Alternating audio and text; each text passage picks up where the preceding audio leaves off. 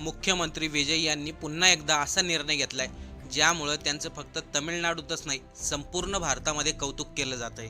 आपल्याला सर्वांनाच माहिती आहे, सोशल मीडियावरती एक व्हिडिओ व्हायरल झाला होता। त्यामुळे तमिळनाडूच्या पोलीस दलातील वरिष्ठ महिला अधिकारी आणि तमिळनाडूचे मुख्यमंत्री यांच्यावरती मोठे प्रश्नचिन्ह निर्माण झाले होते।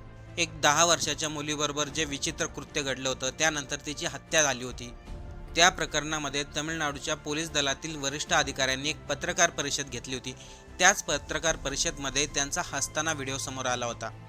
त्यानंतर अनेक लोकांनी टीका करायला सुरुवात केली। इतक्या संवेदनशील प्रकरणामध्ये तमिळनाडूचे अधिकारी हसताय, यांना लाज वाटत नाही का? तेथील मुख्यमंत्र्यांना काळजी वाटत नाही का? इतक्या संवेदनशील प्रकरणावरती मुख्यमंत्री पोलिसांवरती कारवाई का करत नाही? त्याच प्रकरणामध्ये मुख्यमंत्री विजय यांनी असा निर्णय घेतला ज्यामुळे सर्वजण चकित झालेत। त्यांनी त्या महिला IPS अधिकारी आणि 2 वरिष्ठ पोलीस अधिकारी यांचं निलंबन केलंय। पण त्यांना निलंबित करणं या पाठीमागं खूप मोठं कारण आहे, कारण की कोणत्याही राज्यातील मुख्यमंत्र्यांनी आजपर्यंत असा निर्णय घेतला नसेल। कारण की इथे मोठे IPS अधिकारी, मोठे पोलीस अधिकारी यांना निलंबित करण्याची गोष्ट आहे।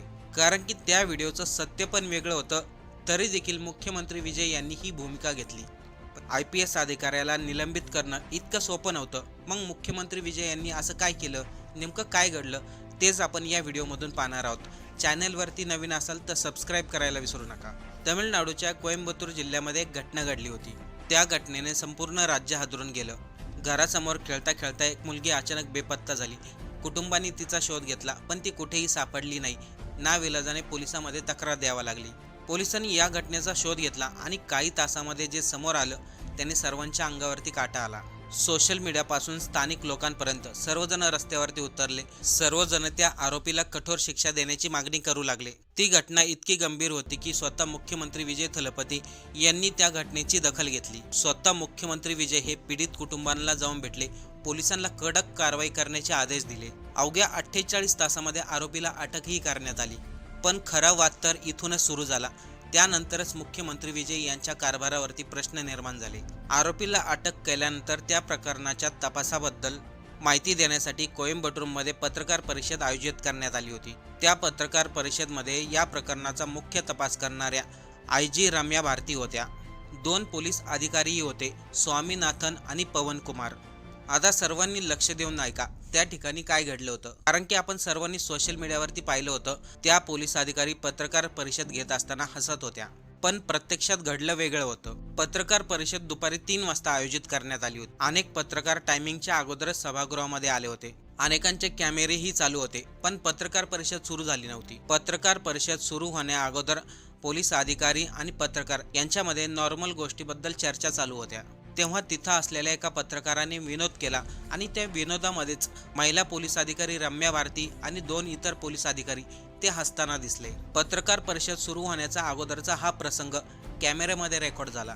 कदाचित ही गोष्ट कोणत्याही पत्रकाराच्या लक्षात आली नाही आणि जेव्हा पत्रकार परिषद संपली तेव्हा तो व्हिडिओ सोशल मीडियावरती व्हायरल झालेला होता। त्यानंतर सोशल मीडियावरती संतप्त प्रतिक्रिया उमटू लागल्या। अनेकांनी पोलिसाच्या कारभारावरती प्रश्न उपस्थित केले। इथे एका निष्पाप मुलीचा जीव गेलाय, तिच्याबरोबर वाईट कृत्य घडले, नंतर हत्या करण्यात आली आणि पोलिसांना मात्र त्या गोष्टीचं गांभीर्य नाही। यानंतर फक्त तमिळनाडूमध्येच नाही, संपूर्ण भारतामध्ये हा व्हिडिओ व्हायरल झाला। अनेकांनी त्याच्यावरती प्रतिक्रिया दिली। अशा पोलीस अधिकाऱ्यांना तात्काळ नोकरीवरून काढलं पाहिजे। मुख्यमंत्री विजय यांना याबद्दल काही वाटत नाही का? पोलिसांकडे त्यांचं लक्ष नाही का? पोलीस कशा प्रकारे वागतायत? अशा अनेक प्रकारचे प्रश्न तमिळनाडू सरकारला विचारले जाऊ लागले। आता बघा, इथे मुख्यमंत्री विजय यांनी नेमकं काय केलं। त्या पोलीस अधिकाऱ्यांच्या व्हिडिओमुळे परिस्थिती इतकी गंभीर झाली की तमिळनाडूमधील उद्योग मंत्री देखील सरकारवरती प्रश्न निर्माण करू लागले। दुसरीकडे पोलिसांनी स्पष्टीकरण देताना सांगितलं, तो व्हिडिओ पत्रकार परिषद सुरू होण्या अगोदरचा आहे। व्हिडिओमध्ये दिसणारा प्रसंग हा गुन्ह्याशी संबंधित नव्हता। पोलीस अधिकाऱ्यांनी सांगितलं की कदाचित हा व्हिडिओ जाणून बुजून अपलोड करण्यात आलाय, जेणेकरून पोलिसाची प्रतिमा खराब व्हावी। पण एक गोष्ट मात्र खरी आहे, एखादी गोष्ट सोशल मीडियावरती व्हायरल झाल्यानंतर त्यामधील वास्तव्य आणि अफवा यामधील सीमा अनेकदा धूसर होतात। लोकांना अफवा खऱ्या वाटू लागतात आणि सत्य खोटं वाटू लागतं। पण त्या व्हिडिओनंतर एक बातमी वेगाने पसरू लागली। मुख्यमंत्री विजय यांनी IPS अधिकारी असलेल्या रम्या भारती यांना निलंबित केलं, तसेच वरिष्ठ पोलीस अधिकाऱ्यांना देखील निलंबित केलं। मोठ्या मोठ्या न्यूज चॅनलनी देखील ही बातमी चालवली। पण जेव्हा या दाव्याची पडताळणी करण्यात आली तेव्हा सत्य वेगळंच निघालं. कारण की मुख्यमंत्री विजय यांनी फक्त त्या व्हिडिओमुळे त्यांचं निलंबित केलं नाही. अगोदर मुख्यमंत्री विजय यांनी IPS रम्या भारती यांचा इतिहास काढला. रम्या भारती या 2008 मधील बॅचच्या IPS अधिकारी. तमिळनाडूमध्ये त्या पोलीस दलामध्ये वरिष्ठ अधिकारी म्हणून ओळखल्या जातात. त्यांनी BA आणि MSc पर्यंत शिक्षण केले. त्यांनी तमिळनाडूच्या अनेक जिल्ह्यांमध्ये पोलीस अध्यक्ष म्हणून काम केले. त्यांच्या या काळामध्ये त्यांनी अनेक कठोर कारवाई केल्या, अनेक गुन्हेगारांना जेलमध्ये टाकलं. त्यांच्या संदर्भामध्ये असा कुठेही उल्लेख नव्हता की IPS रम्या भारती यांनी हलगर्जीपणा केला.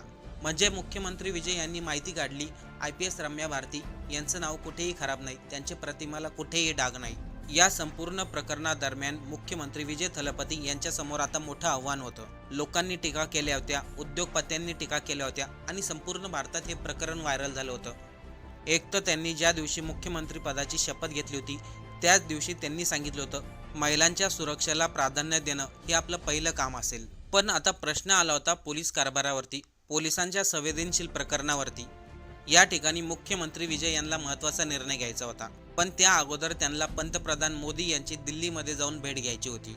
त्याच दरम्यान बातमी समोर आली, पंतप्रधान मोदी यांची भेट घेण्या अगोदर मुख्यमंत्री विजय यांनी IPS रम्या भारती आणि 2 पोलीस अधिकारी या तिघांनाही निलंबित केलंय. कारण की विशेषतः विरोधी पक्षांनी आणि भाजपने या मुद्द्यावरती लक्ष केंद्रित केलं होतं. विरोधी पक्षातील नेत्यांनी सांगितलं, एखाद्या सामान्य माणसाच्या प्रकरणामध्ये पोलिसांनी इतका असंवेदनशीलपणा दाखवणं कितपत योग्य आहे, मुख्यमंत्री त्याच्यावरती कारवाई का करत नाही. पण दुसरीकडे लोकांचं म्हणणं आहे, व्हिडिओचा संदर्भ न पाहता त्याच्यावरती निष्कर्ष काढणं कितपत योग्य आहे.